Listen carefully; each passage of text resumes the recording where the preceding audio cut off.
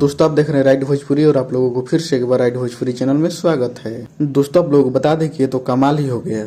दोस्तों आप लोगों को बता दें अचानक से काजल राघवानी का इतना प्यार उमड़ आया है खेसारी लाल यादव के ऊपर, जो कि आप लोग देख सकते हैं। वो इतना लंबा चौड़ा पोस्ट करके क्या लिखी, खेसारी लाल यादव को टैग करके देखिए क्या लिखती है, हैप्पी बर्थडे टू यू।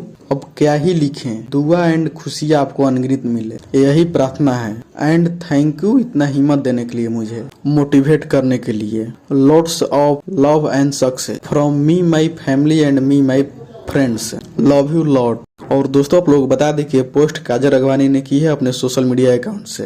हर कोई तो खेसारी लाल यादव का शुभकामनाएं दे ही रहा है, लेकिन ये पोस्ट कुछ स्पेशल था, इसीलिए इस पोस्ट पर स्पेशल एक वीडियो बनाना पड़ा। लेकिन दोस्तों आपको क्या लगता है कि ये जोड़ी फिर से एक बार दिखेगी? आपका क्या राय है कमेंट बॉक्स में जरूर लिखें। तो चलिए दोस्तों इस वीडियो में इतना ही, मिलते हैं किसी अगली वीडियो में। और अभी तक हमारे चैनल को सब्सक्राइब नहीं किया तो प्लीज चैनल को सब्सक्राइब जरूर कर दीजिए। तब तक जय हिंद जय भारत।